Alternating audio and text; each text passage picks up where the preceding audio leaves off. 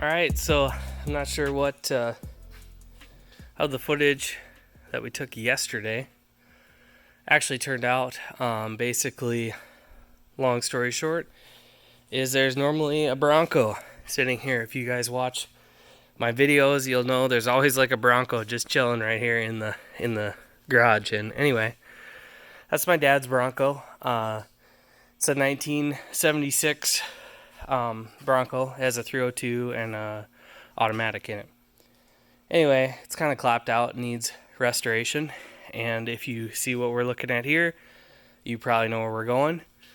But that is a donor Ford pickup, and amazingly it rolled and did not screw up the hood or grill, but pretty much everything else is screwed up on this thing. It's 2011, bought from Copart in Minneapolis area.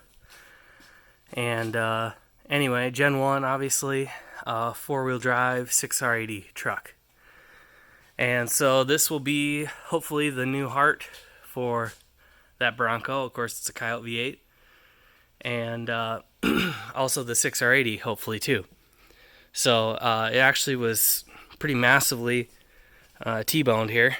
And hope everyone was okay, whoever was in this one. But there's no blood inside, so hopefully that's a good indication. But yeah, I got beamed right here in the side, and then obviously rolled over at least once, and then there's scarring on this side too, road rash. So I don't know, maybe it hit this side too, so it must have been a heck of a crash. So anyway, bought with unknown miles on it. It was just bought it and kind of sight unseen.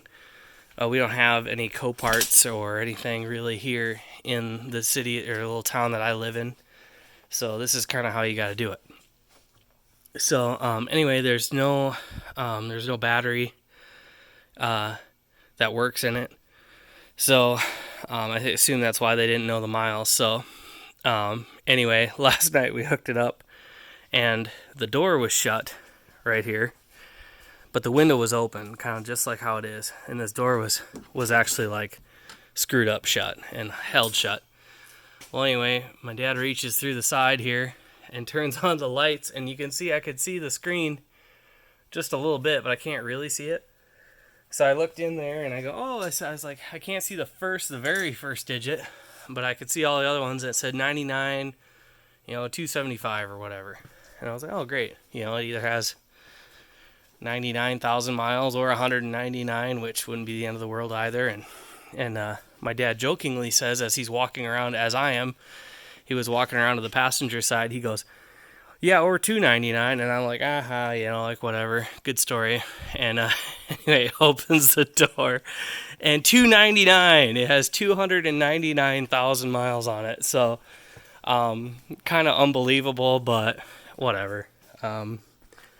My knowledge of the Coyotes is they run pretty good, and I don't know, it's a Bronco, so we'll see what he does with it, whether he wants to sell it or sell the kit inside it as far as the engine and transmission is concerned, or wants to run it. It's kind of his deal, his decision, his project too. So as far as like keeping up with it on the channel, I'll do my best, but he works on his own schedule, and he wants to relax and not have somebody in his hair all the time. So anyway, he obviously took the hood off today, was dealing with that, and I suppose headlights, because amazingly the headlights look perfect. So anyway, from the pictures, I really would have not expected this to have 300,000 on it. Like I said, I mean the front, no rock chips. I mean, it looks fine, So who knows? Maybe it was in a previous wreck or something, and the front end was repainted at 250 or something. But anyway, just kind of how it goes. So excited to get going on the build and see how it goes. Like, I'm not a Coyote expert by any means. I'm not a Bronco expert by any means. I'm interested in them, but definitely not a pro. So if you guys have Coyote Broncos or know somebody that does and want to contribute as far as like what knowledge you have, that'd be great. But this thing is definitely in pretty tough shape. So anyway, that's kind of a little update. We actually hopefully caught some of the footage of having to finagle it off the truck with the skid loader, because that was predictably a circus. So anyway.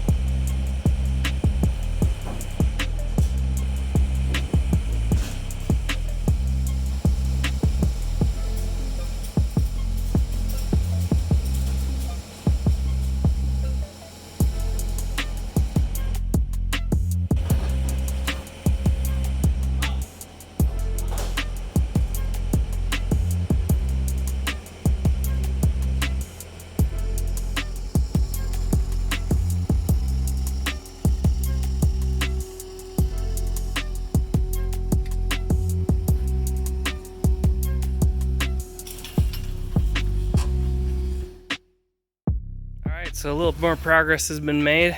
Got the box off. Obviously that's not critical to anything we're doing here. So we have a little better access to the apparent droppings and whatever else a mess was going on underneath here. So a lot simpler once you get a little room to operate here.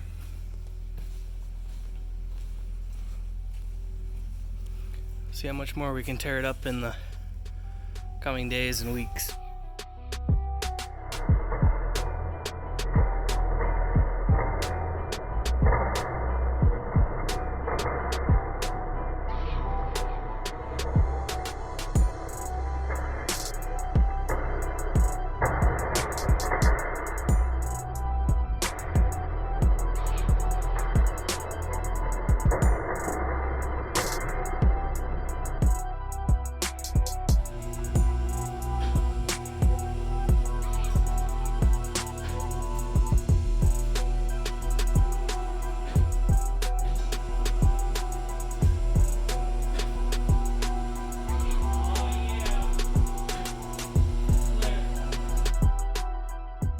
Well, we've been hard at it tonight, and got some of the front end parts stripped off of the truck so we could get a little better access, and then got all of our cab mounts cut.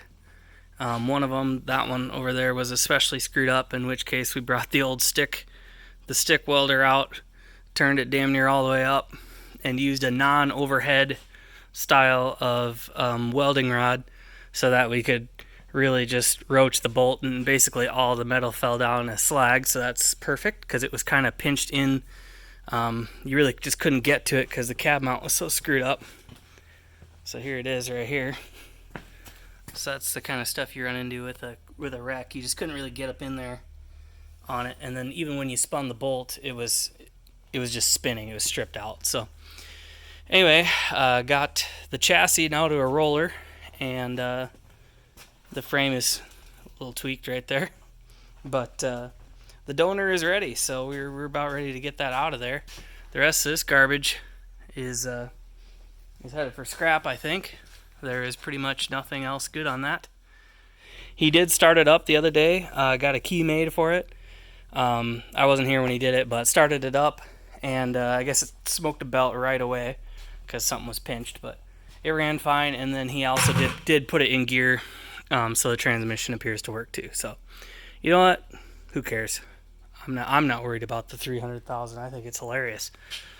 Go and just bomb out for another freaking 50 at least. So we'll see. He might do some work to it. We'll see. If we pull the valve cover open and it looks like just terrible, then I don't know.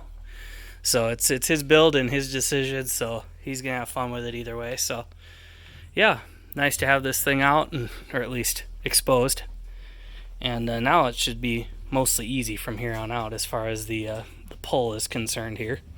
So yeah, just kind of fun to hack on something that isn't, important, I guess we'll say, or rare. It's just kind of a hack job, so fun to do.